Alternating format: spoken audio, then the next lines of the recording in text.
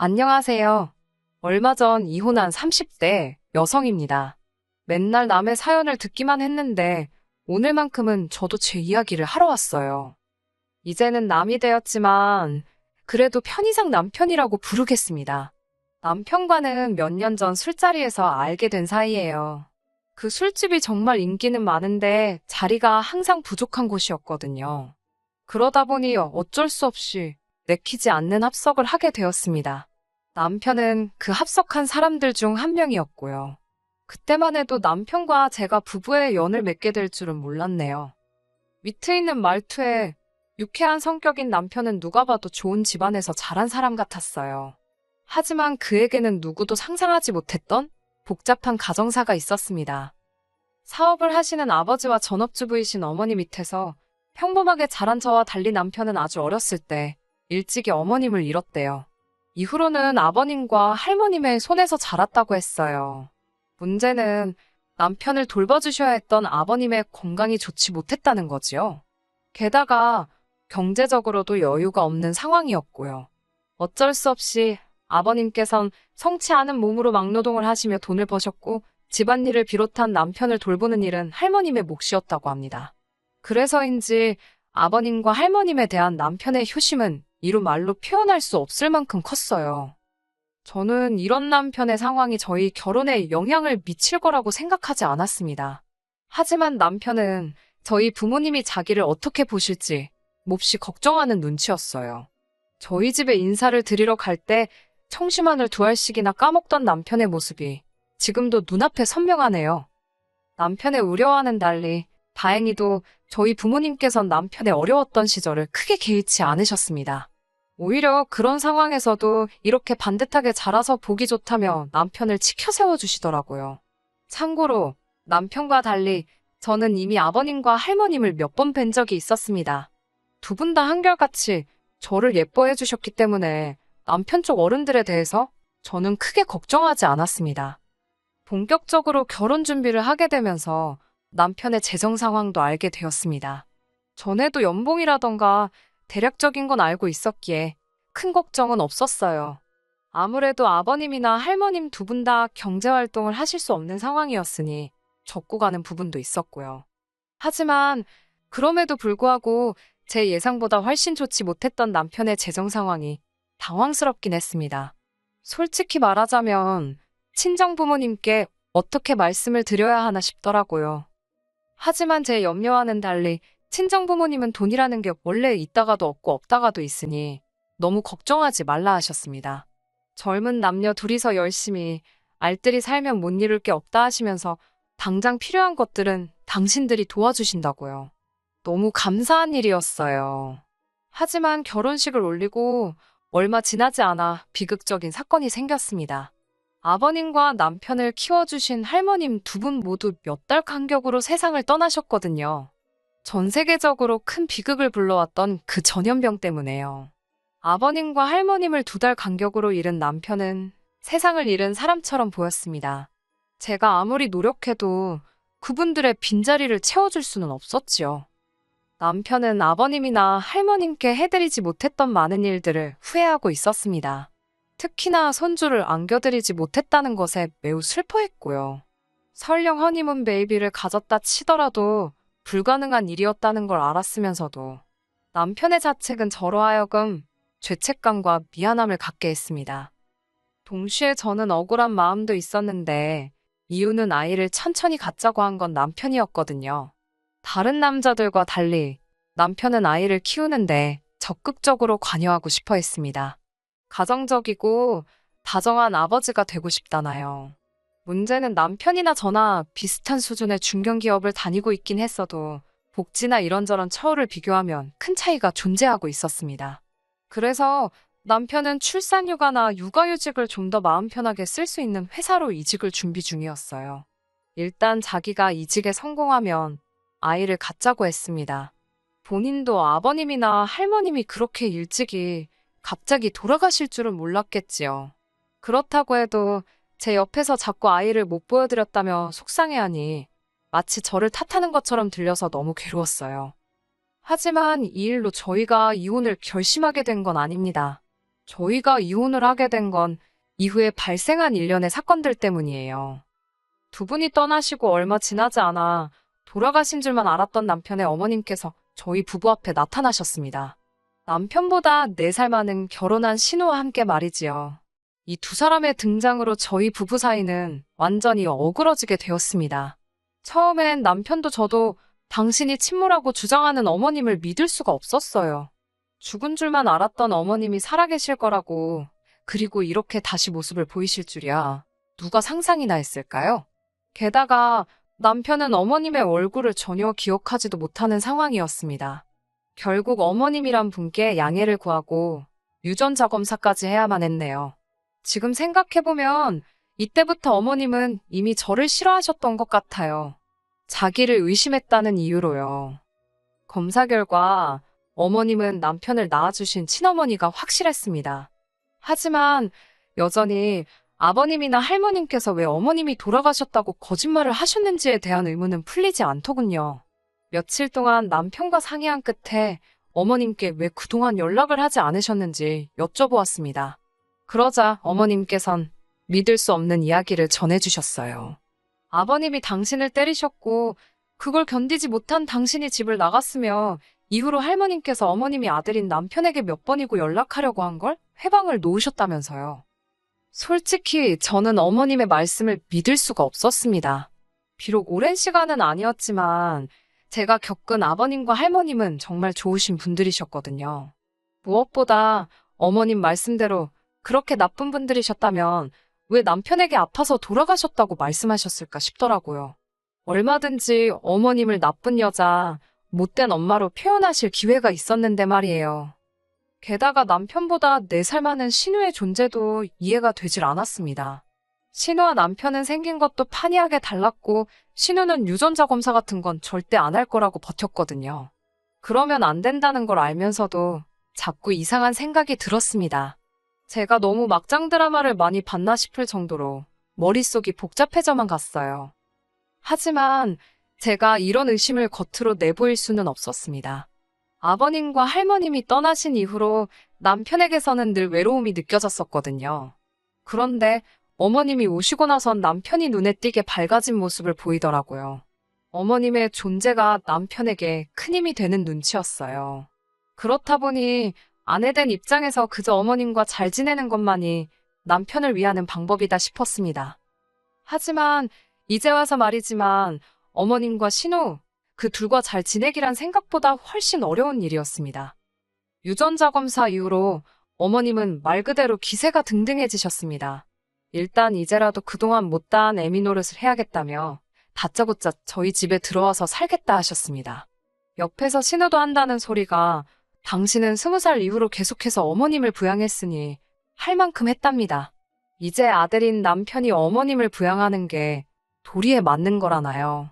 제가 어이가 없어서 신우에게 형님이야 잘하면서 어머님한테 사랑을 듬뿍 받고 자라셨겠지만 제 남편이야 어머님 얼굴도 기억을 못하고 사랑도 못 받았는데 이제 와서 도리를 찾으시냐고 따졌습니다. 그러자 신우도 할 말이 없는지 목소리만 자꾸 높이더라고요. 급기야 윗사람이 하라면 하면 되지 않냐는 어디선가 100번쯤은 들어본 듯한 말을 내뱉으면서 저더러 모처럼 상봉한 모자지간을 끊어놓을 셈이냐입니다. 하지만 제가 아무리 치열하게 싸우면 뭘 하나요. 남편이 우유부단하고 가타부타 말을 못하니 아무짝에도 소용이 없더라고요. 남편은 급기야 저에게 딱 1년만이라도 같이 살면 안 되겠냐고 애걸복걸 부탁을 했습니다. 어머님이 어떤 사람인지 너무 궁금하다면서 자기도 어머님의 사랑을 받아보고 싶다나요. 그런 남편을 보니 더는 싫다 소리를 할 수가 없었어요. 결국 딱 1년을 약속받고 어머님과의 동거 생활을 시작했습니다. 문제는 결혼했다는 신우가 자기 집에 갈 생각은 안 하고 어머님이랑 같이 짐을 핑계로 저희 집에 눌러 앉으려고 하더군요. 이때만큼은 저도 참지 못하고 화를 냈습니다.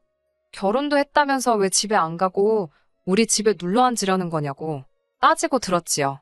남편이 어렵게 털어놓은 이야기는 황당했습니다. 신우가 아이를 못 낳아서 쫓겨난 상황이었다네요.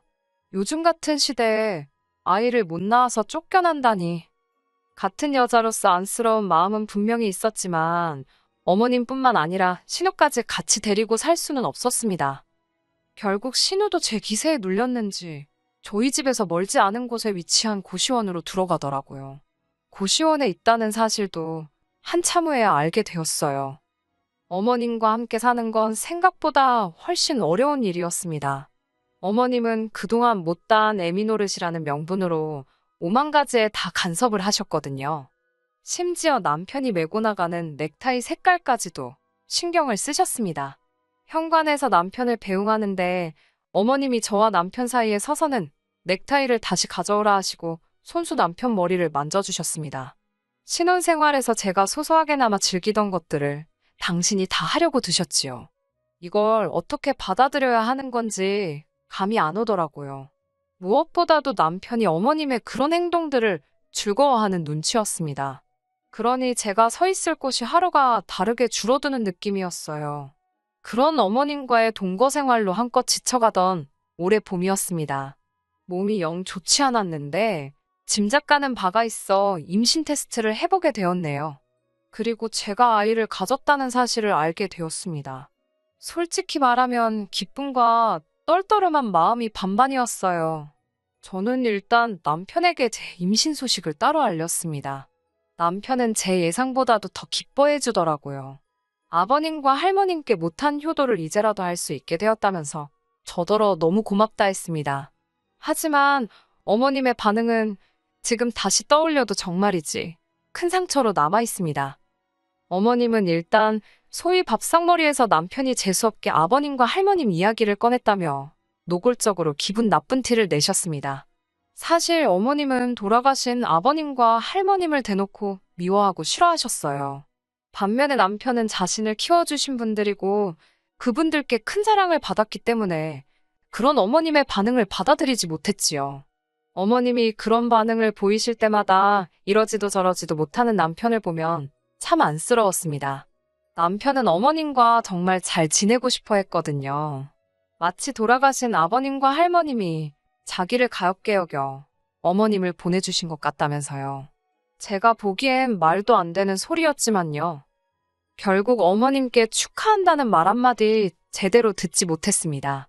처음부터 큰 기대가 없었기에 실망도 없을 줄 알았어요. 하지만 생각보다 훨씬 마음이 아프더라고요. 게다가 며칠 뒤 신우로부터 연락을 받았습니다. 신우는 날카로운 목소리로 애를 가졌냐고 묻더라고요. 저는 제가 죄를 진 것도 아닌데 저에게 짜증스러운 목소리로 신경질을 부리는 신우를 이해할 수 없었습니다. 저도 신우의 목소리에 한껏 예민해져 살살맞게 그렇다 했더니 뜬금없이 저더러 임신한 게 벼슬이냐며 소리를 지르더라고요. 제가 애떨어지겠다고 왜 그렇게 소리를 지르냐고 받아쳤습니다.